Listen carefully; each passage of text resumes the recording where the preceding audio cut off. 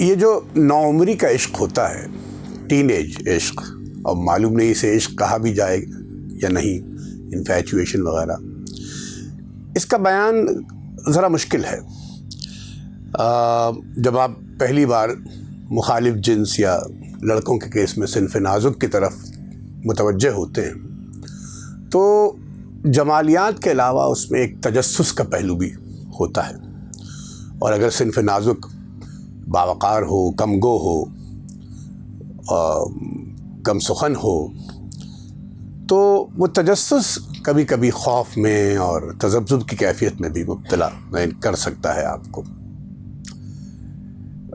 وہی کالج کے دنوں کی بات ہے، جن فلیٹس میں ہم رہا کرتے تھے اس کی سامنے والی عمارت میں بائیں جانب دوسرے فلور پر ایک خاندان رہا کرتا تھا، 3 بہنیں تھیں اور ان کی ایک والدہ۔ پاکستان کی محبت میں انہوں نے 2 ہجرتیں کی تھیں۔ ہندوستان سے وہ میانمار آئے تھے اور میانمار سے مشرقی پاکستان جو بنگلہ دیش ہے، اور پھر وہاں سے بہت مشکل سے کراچی۔ ایک گمان یہ تھا کہ ان کے والد، ان 3 لڑکیوں کے والد میانمار میں مارے گئے یا غائب ہو گئے۔ کچھ لوگ کہتے ہیں کہ ان کو مار دیا گیا، کچھ کہتے ہیں غائب ہو گئے، ان کی کوئی خبر نہیں آ سکی۔ جب تک ہم اس محلے میں رہے تو اس وقت، یا وہ اس محلے میں رہے تب تک تو ان کے والد کی کوئی خبر نہیں آئی تھی۔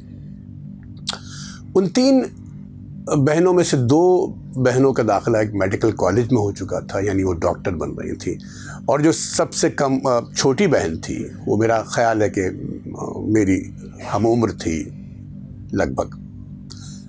مجھے خاصی اچھی لگتی تھی اور میں چاہتا تھا کہ میری طرف بھی وہ متوجہ ہوں، لیکن ایسا ممکن نہیں تھا کیونکہ وہ بہت ہی لیے دے رہتی تھی، بہت باوقار انداز میں ان کی زندگی، بیلکنی بھی بہت کم آنا۔ تو کرکٹ کھیلتے ہوئے کبھی کبھی جب بال ان کی بیلکنی میں چلی جاتی تھی تو میں سب سے پہلے دوڑتا ہوا ان کے گھر جاتا تھا، دروازہ کھٹکھٹاتا اس آس میں کہ وہ شاید وہ لڑکی دروازہ کھولے اور بال میں اس سے طلب کروں، لیکن ایسا نہیں ہوتا تھا۔ ان کی والدہ دروازہ کھولتی تھی اور بال مل جاتی تھی۔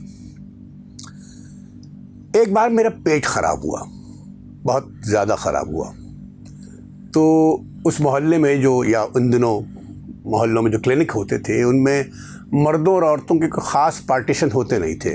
ہمارے محلے میں جو کلینک تھا وہ ایل شیپڈ تھا، یعنی ڈاکٹر صاحب درمیان میں بیٹھتے تھے، بائیں جانب جو بینچز تھی وہاں مرد حضرات یا لڑکے، اور دائیں جانب خواتین۔ میں ڈاکٹر کے پاس پہنچا پیٹ کا عارضہ لیے تو کیا دیکھتا ہوں کہ وہ لڑکی جس کی طرف میری توجہ تھی وہ سامنے والی بینچ پہ بیٹھی ہے۔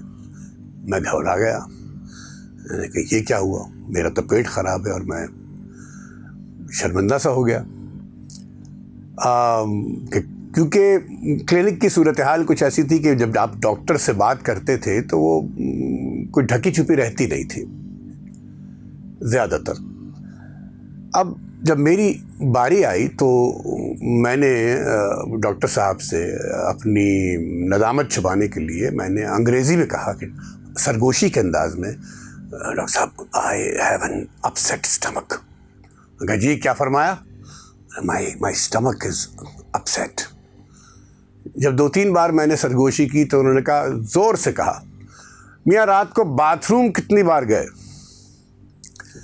میں اس قدر شرمندہ ہوا، اور اچانک فوراً ہی میری نظر اس لڑکی پہ پڑی تو وہ زیر لب مسکرا رہی تھی۔ مجھے نہیں یاد پڑتا کہ اس کے بعد میں نے اس کی توجہ حاصل کرنے کی کوشش کی ہو۔ خیر یہ تو ایک لائٹر وین میں ایک واقعہ تھا، اور چونکہ اس تمام سلسلے کا عنوان میری اسٹرگل ہے، مائی اسٹرگل ہے، تو یہ ایک اسٹرگل کا ایک فارم، ایک شکل۔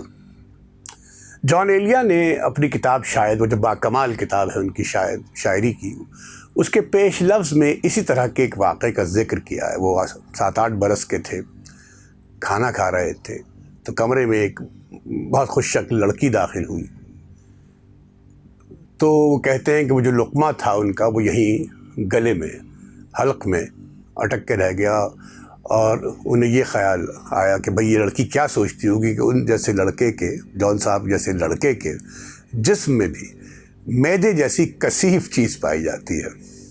خیر، شیکسپیئر کو میں بہت پسند کرتا ہوں. کنگ لیئر میں ایک لائن ہے: love is not love when it's mingled with regards that stand aloof from the entire point.